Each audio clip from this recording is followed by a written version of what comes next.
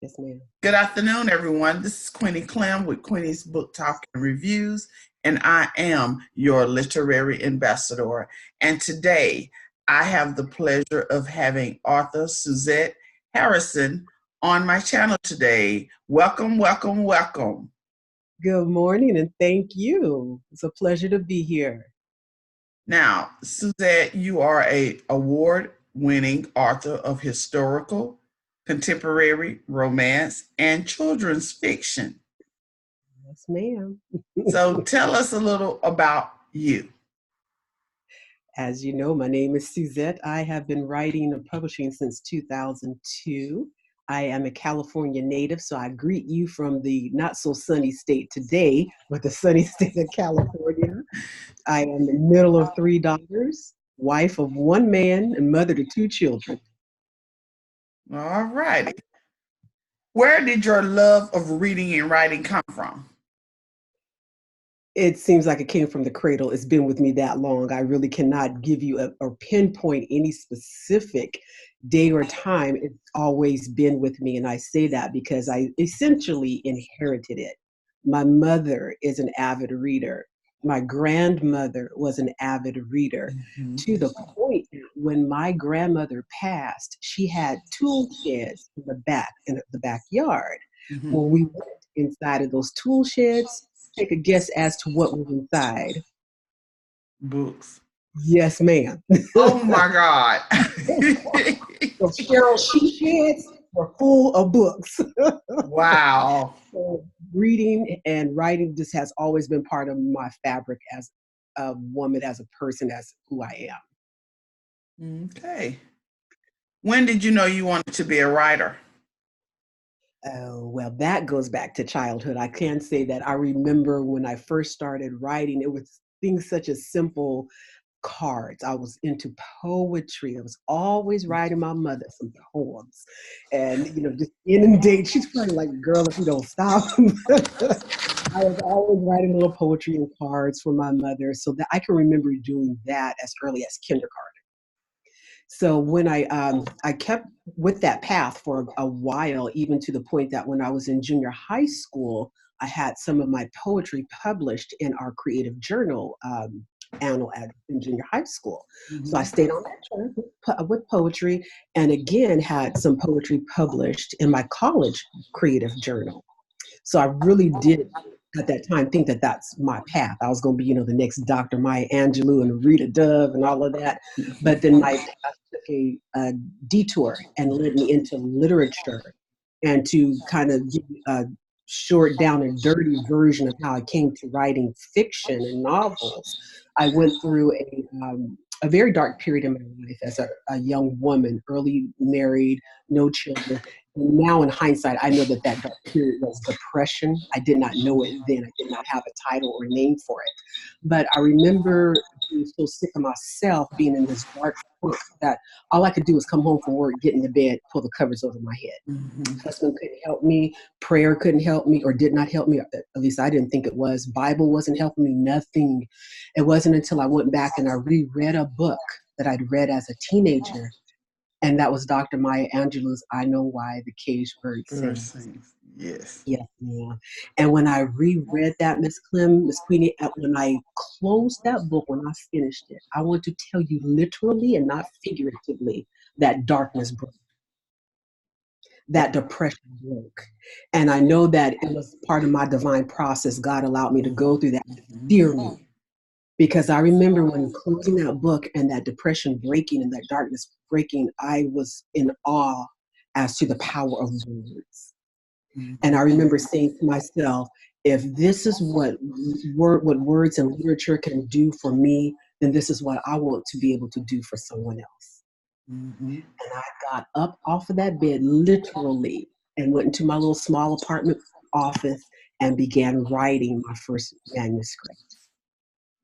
That's how I got Wow. onto the track of being a novelist. All right. What are your viewpoints on reviews? Oh Lord, that's a bag of words right there. When I first started, I lived by reviews. Mhm. I would like an ambulance chase, a lawyer's chasing ambulances. I chased reviews. to my own detriment. And because I was interested in what readers perceived or how they perceived my writing and their viewpoint and how they received it. But I also was too immature at the time not to let it get under my skin when it was negative. So I had to learn to take it with a grain of salt and to learn to respect that this is an opinion. And I also learned, Miss Queenie, that not every writer is for every reader. Okay. Not every reader is for every writer. So I've learned to learn from reviews when and where I can. And of course, you have trolls who just take delight in tearing you down, Mm-hmm. having an opportunity to have a say. But then there are some that, even when they may not be a 5 star, there's still something to learn from what they're. Mm-hmm. So I've learned to come to value them and put them in their proper perspective. Okay. Now let's talk about your books. Yes, ma'am. Start from the most beginning, the most recent, excuse me, go backwards. Okay. First, the most recent would be, oh gosh, there we go. The Yeah. birthday. And this is part of a series called The Distinguished Gentleman. Mm-hmm. 14 writers that came together and we wrote 14 short stories, 14 novellas, all centered around a fictitious neighborhood in Chicago that's under despair, and the matriarchs decide we need to raise money. City Hall's not giving us any. Let's have a auction. And that's how these stories came about, that every book has the word "bid" in it for the auction. Mm-hmm. It was tremendous fun. It was wonderful. This particular book is a second chance book. You have who were in love before in their youth, didn't make it, and they get to come back together again. Okay. After the birthday bid, The Art of Love, Yeah. which was also part of a series. For those who aren't familiar with it, it's called Decade, A Journey of African American Romance. And what the Decades Project did was took a whole century and we wrote romances. Each month, a novella was released and it correlated, excuse me, to a time period. So, for example, Oh. in January was the 1900s. In February, the book that pertained to the 1910s came out. In March, the book that pertained to the 1920s, et cetera, and went on Oh. through the whole entire decade. They're beautiful tributes to African American romance. And my particular novel, The Art of Love, covers the 1930s, Okay. right on the tail of the Harlem Jazz. So that Very would be so that would be considered historical fiction. exactly, yes, ma'am. This Okay. is thank you Okay. for that wonderful question. This is historical fiction, and you have an artist and a bootlegger, a man living Oh. inside. Yes, let's see how that happens. That works. Okay. A beautiful love story. Mm-hmm. Yes, ma'am. Then we have My Joy. My Joy is the first in my California Love series. And you Okay. have a almost an atheist, not an atheist, she's agnostic, joyous agnostic, whereas the man that comes back into her life is a born again celibate Christian. She is very helpful. So what are we going to do here? So wonder Yes. another, opposites attract kind of, Yeah. issue. Yeah. Now I'm going to skip this book and come back to this one. I'm going out of order chronologically. So when I first published in 2002, and I published with BET Books. I don't know if you remember BET Books back in Mm-hmm. the day, and Black Expressions and Black our book order, Mm-hmm. network that we could go to. My first two books, and I can't find the first one. I apologize. This was the second one, When Perfect Ain't Possible. Okay.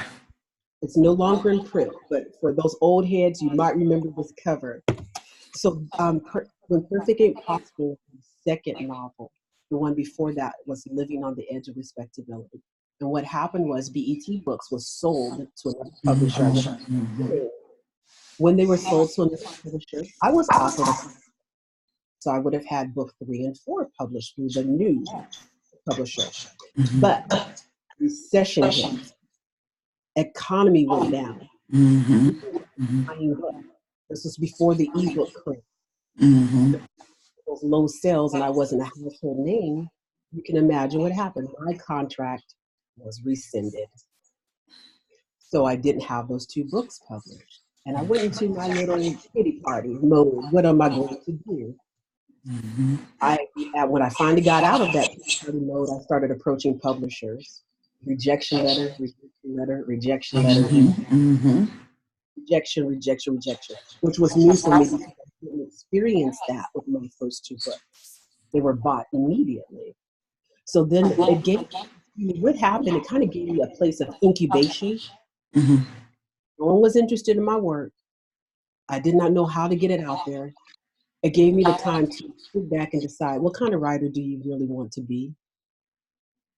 Do you want to continue to write what's popular, get on the bandwagon, write what, or do you really want to go down deep in yourself and learn who you are? So from 2013 to 2016, I was gone from the literary scene, but I was writing. And what I wrote was Taffy. Historical fiction, small fictitious town. Taffy's what brought me back. I did not get a publisher, again, rejection letter. I found rejection letter, so I decided to self-publish. And I'm so glad I did. So that came out in 2016. And this is the book that, and then lastly, my children's book called My Tired Telephone. Little black boy who has a cell phone. The cell phone comes alive at night because it's so tired of being overused in the day. So it's a story told from perspective. Oh, wow. And what age group would that be?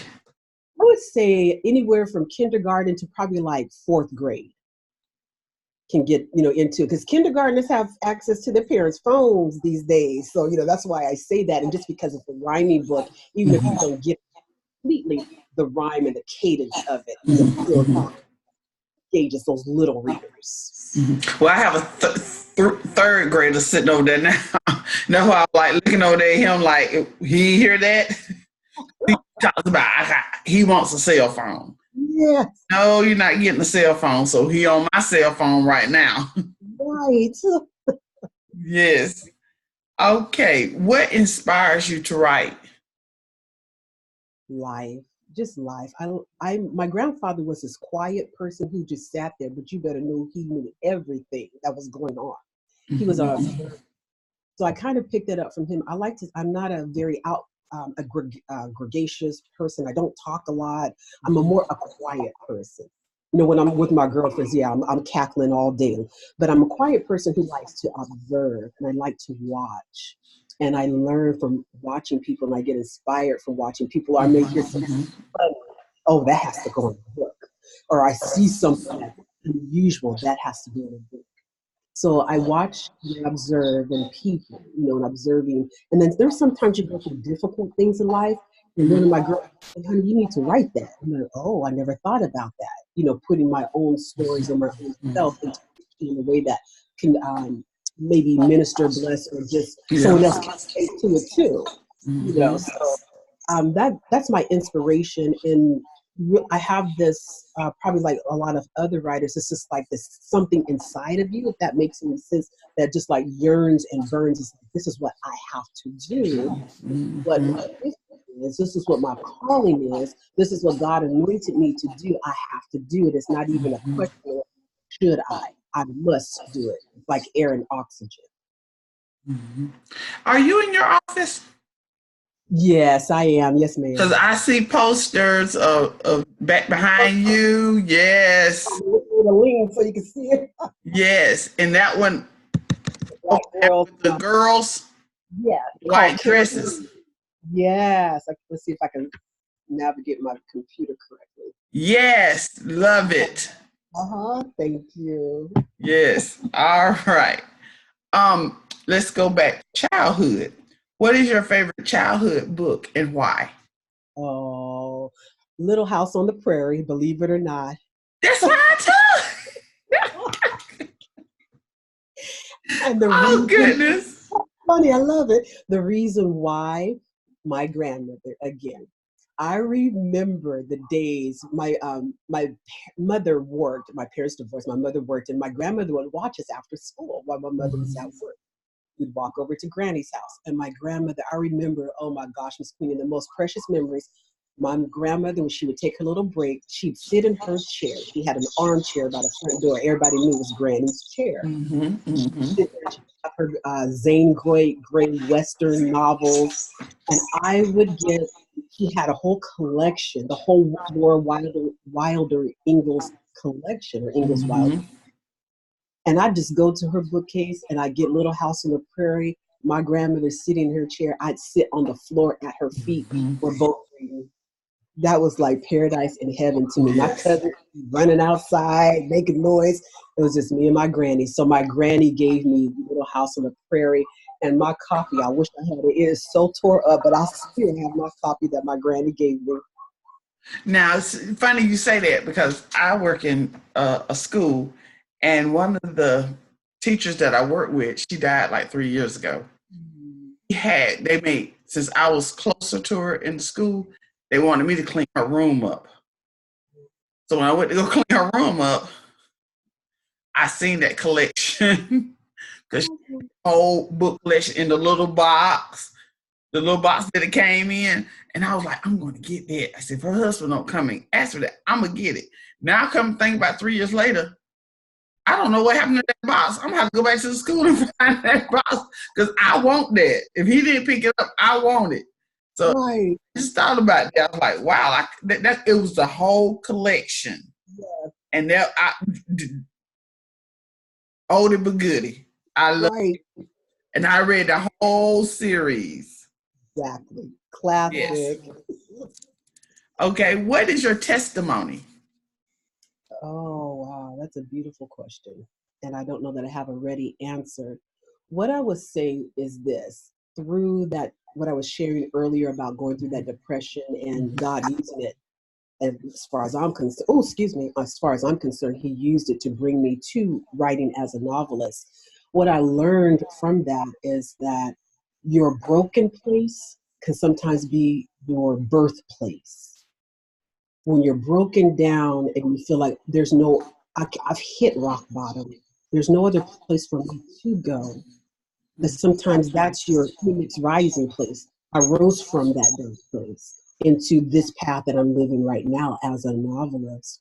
So my testimony or my encouragement to others would be, when you feel like you can't even go anymore, sometimes just be still, because that can be the place where you're rebirthed from, versus kicking and screaming and resisting and crying is, we're gonna cry. There's nothing against that. But that sometimes we get into kind of this tussle and this wrestle, and we don't allow ourselves to be still and to settle.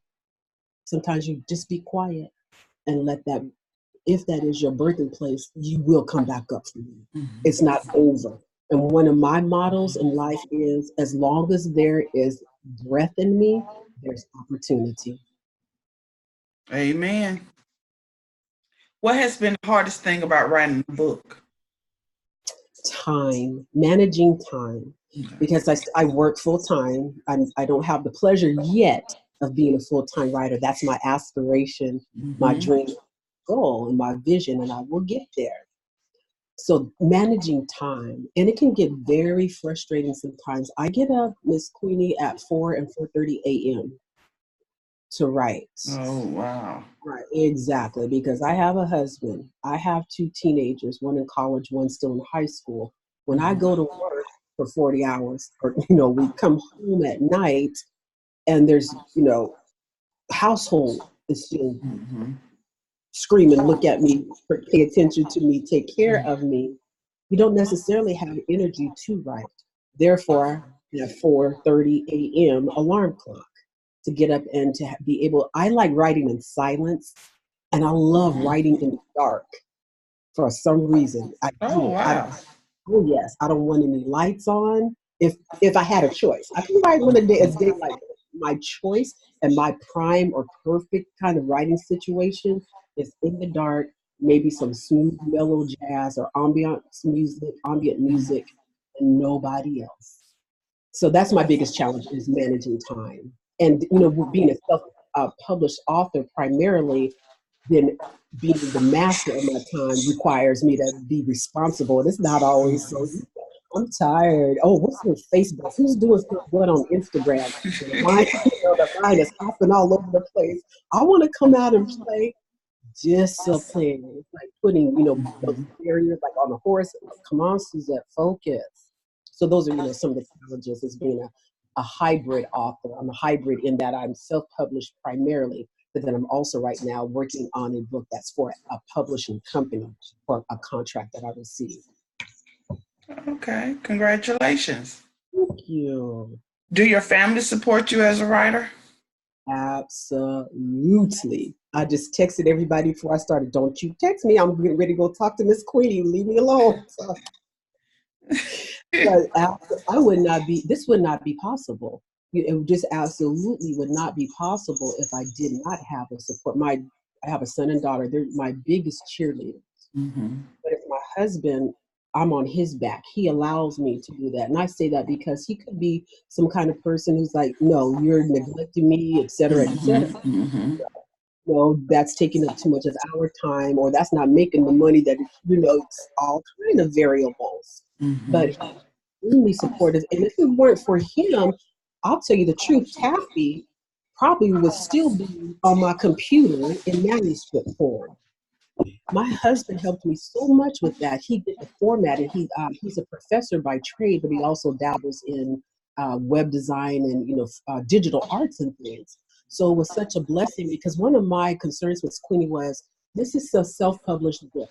This is my re-entry into literature. This is my this is my comeback kid. I can't have her raggedy.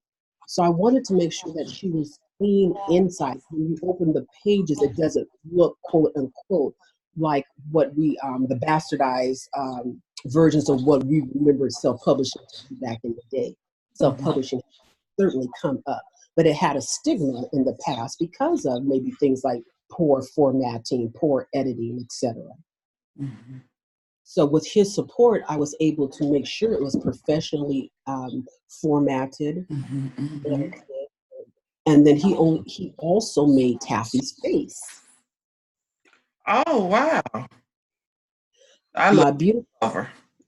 Thank you. My beautiful graphic artist, he did a wonderful job, but he could not capture her face for me the way I wanted to. And I was fussing and complaining and went to my husband, what can you do? And lo and behold, he provided her face for me. So I said all that to answer the question, highly supportive family.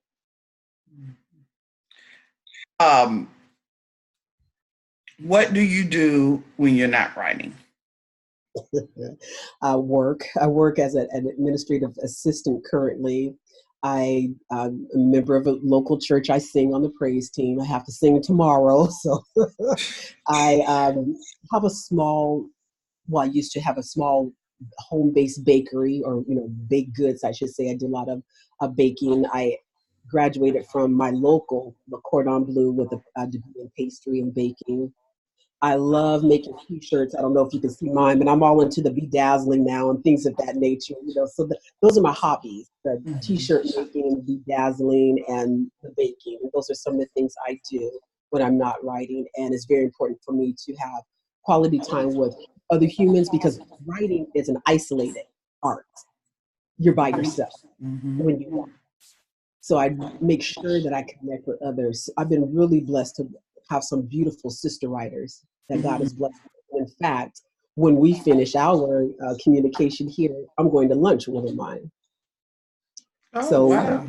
lives here, is a blessing. She lives here locally in Sacramento, Cheryl Lister. And our husbands jokingly, when we tell them where we're going, I'll see you tonight, because they know we're going to be there in 6 hours. Yes. What's the best way to market your books? As we know, social media is just almost like the guru god of, marketing these days. Mm-hmm. So make your online presence known. If it's not your own website, it's perhaps Facebook or Pinterest or Twitter or Instagram. It's a lot of free marketing, so to speak, but even Facebook has pulled back on some of the things you can do, legally. So you can't necessarily always put your book links for a customer to a reader to click on your personal page. You have to have your own business page set up.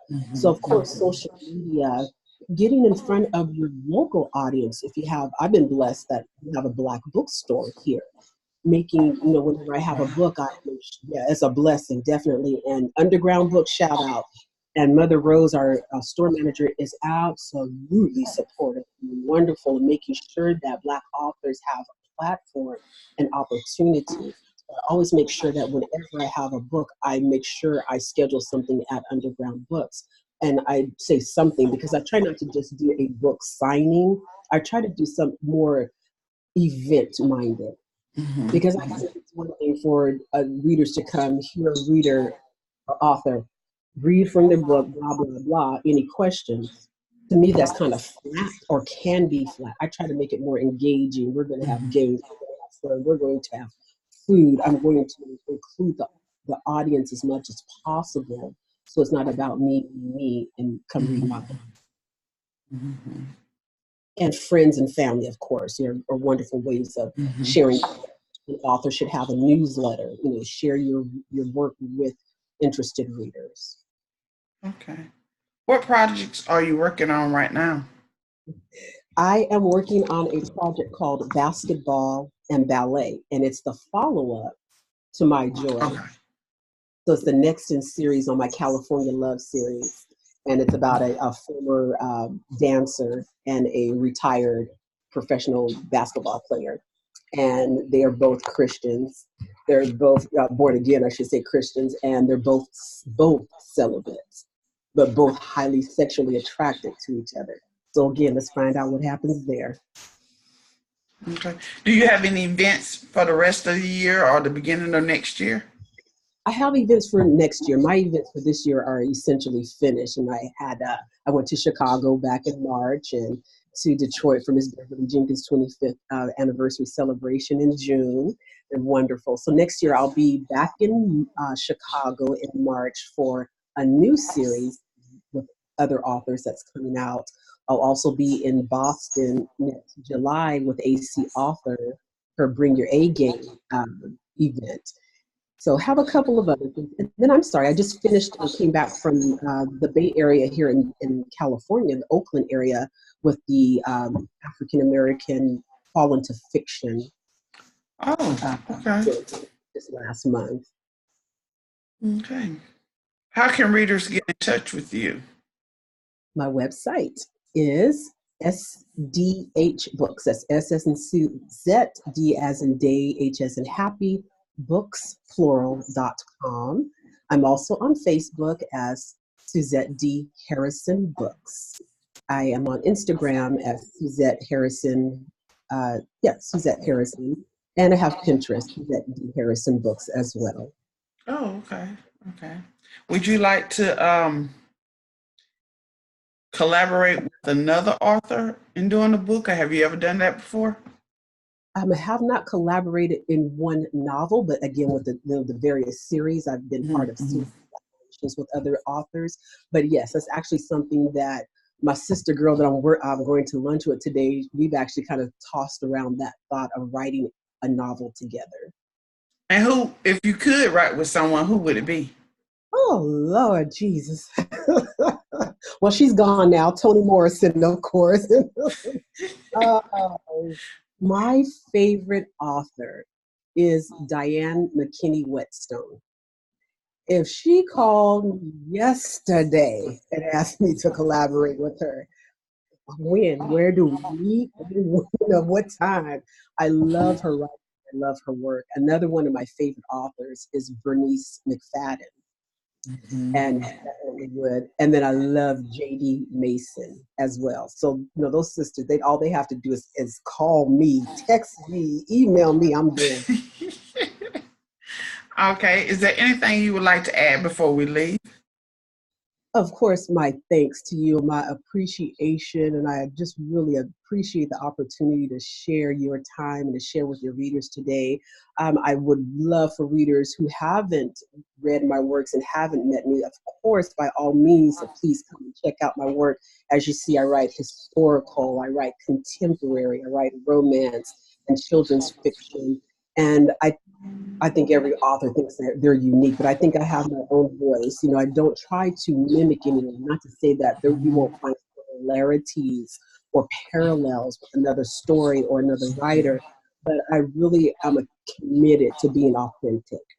I'm committed to being genuine and letting my characters tell their story and their voices the way that they choose and the way that they want.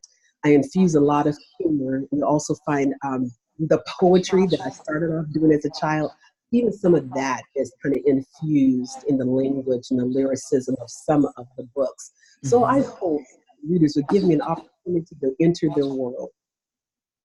Okay. Thank you. Thank you. Thank you for coming in today. And I really appreciate it. This is Queenie Clem with Queenie's Book Talk and Reviews. Happy reading. Bye, everybody. And thanks again. Thank you.